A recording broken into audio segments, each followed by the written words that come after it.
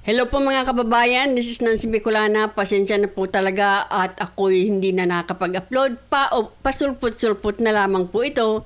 Basta wag lang bibitaw. But mga kababayan, ito nga po pag-usapan natin kasi si Senator Marcoleta ay nagsalita na or nag-react dito kay Bongbong Marcos dito sa zona niya. Sabi niya, ayon daw po kay Ombudsman ay malapit-lapit ng hainan ng patong-patong na kaso ang dating speaker. Hindi ko na realize 'yon. 'Di ba? Pero si Senator Marcoleta hindi po nakaligtas sa kanya yung ganoong pronouncement ni Bongbong Marcos. Ba't hindi nga naman niya mapangalanan kung sino yun dahil marami pong dating speaker.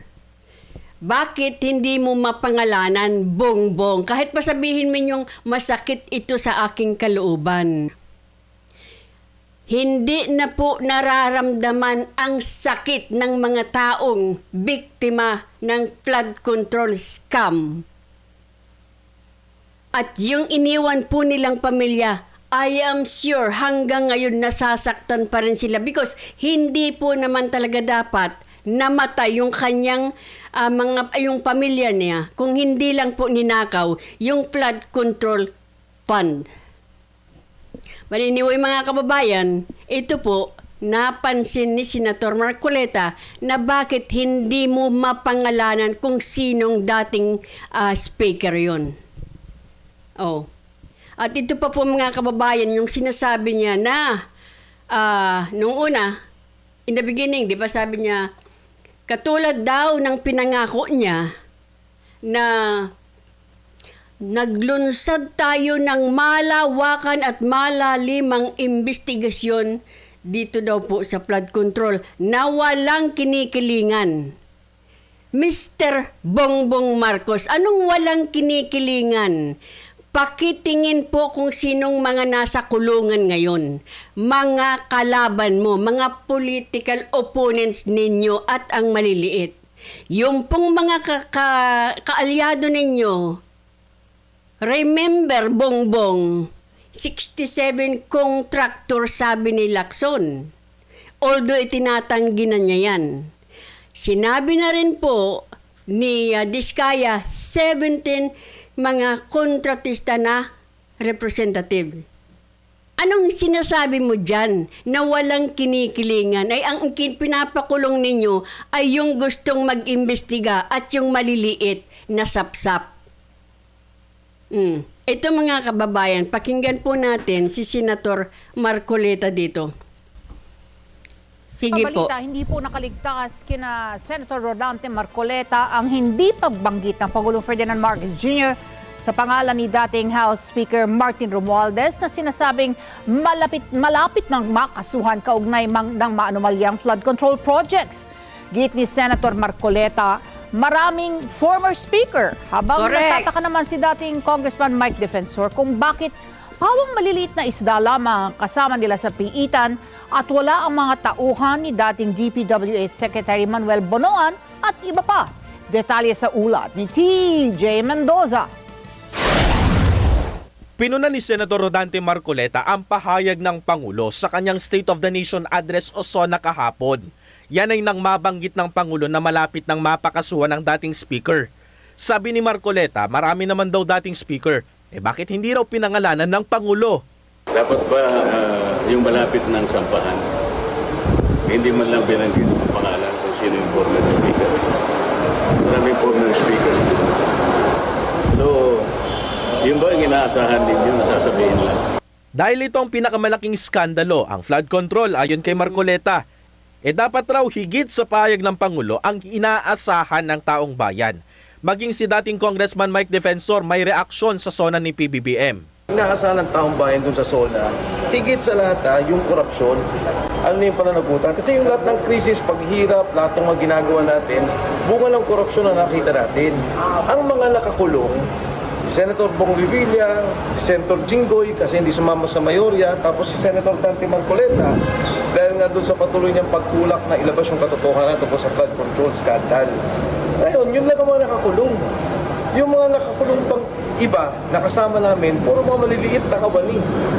Patama ni Defensor, bakit daw ang kasama nila sa piitan ay ang mga maliliit na isda? Bakit daw wala mga tauhan ni dating DPWH Secretary Manuel Bonoan na ngayon raw ay ginawa pang ang mga testigo?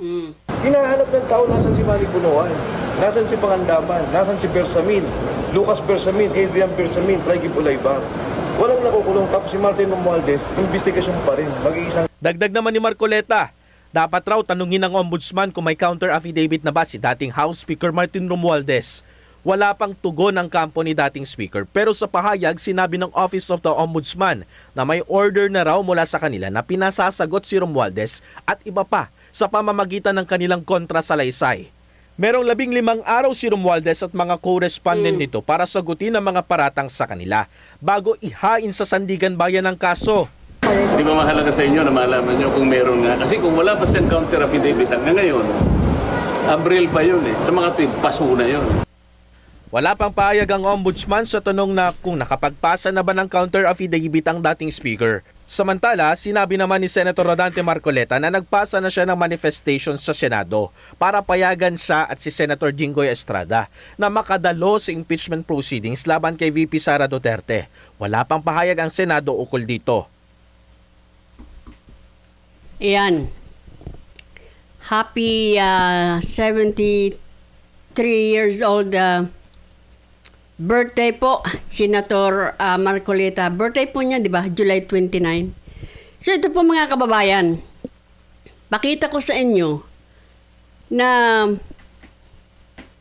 tingnan niyo po ito. Iisa pa lang ang nasampahan na representative. Ito po. Tingnan niyo siya. Nakapagpiyansa na sa Sandigan Bayan si Uswag Ilonggo Party List Representative James Jojo A. Nala sa mismong araw ng SONA ni Pangulong Marcos, inilabas ng Sandigan Bayan 3rd Division ang warrant of arrest laban sa ayan. nag-upong Uswag Ilonggo. Siya lang po ang kauna-unahang representatives according po dito sa SMNI na nakasuhan. Can you believe that? Kailan pa po ito sinabi ni Marcos na mahiya naman kayo? Kayo po talaga, Bongbong Marcos ang dapat mahiya. Ito, isa lang na congressman. Samantalang dyan sa House, ang pinakamaraming sinasabing tumanggap ng maleta. Tapos siya, pakinggan po ninyo kung magkano ang issues ng mama na to. Party List Representative James Jojo Ang. Hindi na dumalo sa SONA si Ang at tumiretso sa Sandigan Bayan upang maghain ng piyansa. Ayon sa Clerk of Court ng Sandigan Bayan 3rd Division, voluntaryong sumuko ang kongresista noong hapon ng Lunes, July 27, 2026. Naglagak siya ng 90,000 pesos na piyansa para sa isang bilang ng kasong graft. Wala nang iba pang akusado sa naturang kaso. Nag-ugat ng graft case laban kay Ang sa isang kontrata ng isang korporasyon sa Department of Public Works and Highways o DPWH na nagkakahalaga ng mahigit 5.9 million pesos. Ayon sa 5.9 million. Ayan na. Nasaan na po yung iba? Yung sinasabing si Guardiola ang pinakamalaki. Kung tutuusin daw po yan si Diskaya ay baby lang kung ikukumpara dito sa Guardiola. Nasaan na po yung iba? 17 po yung pinangalanan ng Diskaya. 67 yung sinabi ni Lacson. Na although itinatanggi na ni Lacson na may alam siya, ay narinig lang daw niya yun. Pero mga kababayan, bakit siya lang ang kauna-unahang representative na nakasuhan?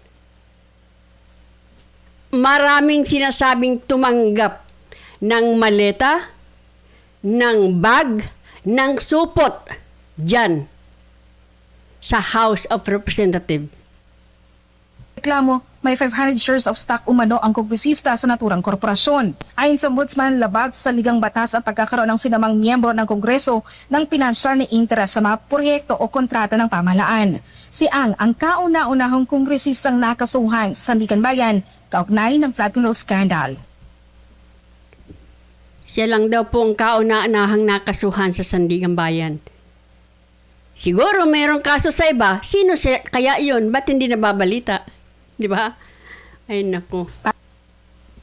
Anyway, siya lang daw po ang kauna-unahang House of Representatives na nakasuhan sa Sandigan Bayan. Ibig bang sabihin mayroong nakasuhang ibang representative somewhere else? Di ba? But anyway, mga kababayan,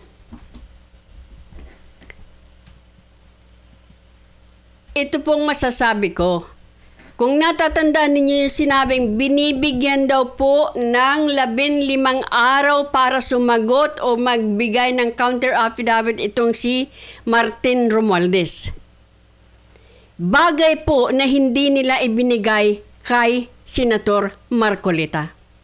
Ito pong kasong iniaamba-amba nila kay Martin Romualdez ay ini-offer na po ito noong November of 2025 pa po ito inirekomenda ng then yung ginawa nilang EO 94 yata yun. Yes, EO 94 ng ICI, Independent Commission for Infrastructure. Sila po at itong DPWH Secretary na si Vince Dizon ang nagrekomenda sa Ombudsman na kasuhan na ito si Martin Romualdez. We're talking about 2025 pa po of November ito. Pagkatapos nilang irekomenda yan, hindi na po natin narinig yan. Bongbong Marcos, narikinig ka ba? Pangalawa mga kababayan, April of 2026 this year, muli na naman ang pong sinabi nitong si Ombudsman na within 2 weeks daw po makakasuhan na po ng 5 to 6 cases itong si Martin Romualdez. April pa po yun. Within 2 weeks daw po, nung April sinabi ni Boyeng yun. Wala na naman tayong narinig. Ano na ngayon? April, May, June, July. Pagdating nitong July na to, biglang in-announce ni Marcos na makakasuhan na raw, mahahainan na po ng kaso itong si dating speaker na hindi niya pinangalanan. Ngayon po, anong sinasabi ni Boyeng dito? Ang sabi niya last time, malapit na niyang kasuhan o sampahan itong si Martin. All they need to do is cross the T's, dot the I's, and put period at the end of the sentence. Ganon daw po kalapit. Pagkatapos maririnig natin ngayon ay hinihingian pa lang pala ng counter affidavit at mayroon silang 15 days. Bagay na uulitin ko na hindi nila binigay sa kanilang political opponents na itong si Senator Marcoleta. Si Senator Marcoleta, mga kababayan, sinampahan ng kaso nung weekend. By Monday, unang araw ng impeachment, kinulong si Senator Marcoleta. Kaya wag mong sasabihin, Bongbong Marcos, na wala kayong kinikilingan. Dahil ito, kung tutuusin mga kababayan, kung titimbangin po natin ang bigat, yung kay Senator Marcoleta, plunder, kay Martin, plunder. Mabigat yung kay Martin kasi maraming nagtuturo sa kanya na mga malita ang inihatid si Sergeant Cutesa, yung 18 ex-soldiers, si Saldico, at itong, sino pa yun? Sila ay maraming nagtuturo kay Martin Romualdez. Di ba? Not only that, plunder, graft, at money laundering. Ganyan po kabigat. Yet binigyan po nila ng maraming pagkakataon since November 2025, April 2026, ngayon July na wala pa rin. Ito pa po mga kababayan, tapusin muna natin ito. Tapos dito kay Senator Marcoleta, Friday, weekend isinampa, by Monday, nakakulong na. Bagay na hindi nila binigyan ng pagkakataon na magbigay ng counter affidavit. Nakikita po ninyo, mga kababayan, timbang-timbang po kung anong ginagawa ng administrasyon na to. Tapos sasabihin sa atin na wala silang kinikilingan. Wala po bang kinikiling ngayon na nagpatumpik-tampik kayo dito kay Martin Romualdez, samantarang kay Senator Marcoleta, dire-diretso na siya sa kulungan? Ano po, sinong merong sa palagay ninyong may accumulation of ill-gotten wealth dito? Si Martin o si Senator Marcoleta? Kay Martin, maraming nagsasabi, bilyon-bilyon. Kay Senator Marcoleta, mayroong pinanggalingan, private citizen, mayroong pinuntahan ng pera, may ipinapakita. Bakit ganun ang ginawa nila? Kaya mga kababayan, huwag nyo kaming binabanatan kasi banat kami ng banat sa administrasyon na to. Nakikita po ninyo, si Martin ang daming leway, ang daming ginagawa para hindi masampahan si Senator Marcoleta within weekend day. The weekend, sinampahan by Monday, nakakulong. Ito pa po mga kababayan, dito sa sinasabing kay si Boyeng, di ba? Sinabi ko sa inyo na by nung April, sinabi niya na within 2 weeks, masasampahan na. Wala, di ba? Anong sinunod na sinabi? Di ba sabi niya, malapit na. Kailangan lang nilang i-cross yung kanilang teeth, put a dot on their eyes at period at the end of the sentence. Tapos bigla niyang sinabing, ang kalaban natin na mga tiga-gobyerno na magnanakaw ay maraming pera. Yan ang sinabi ni Boyeng, marami daw pong pera. At mayroong power.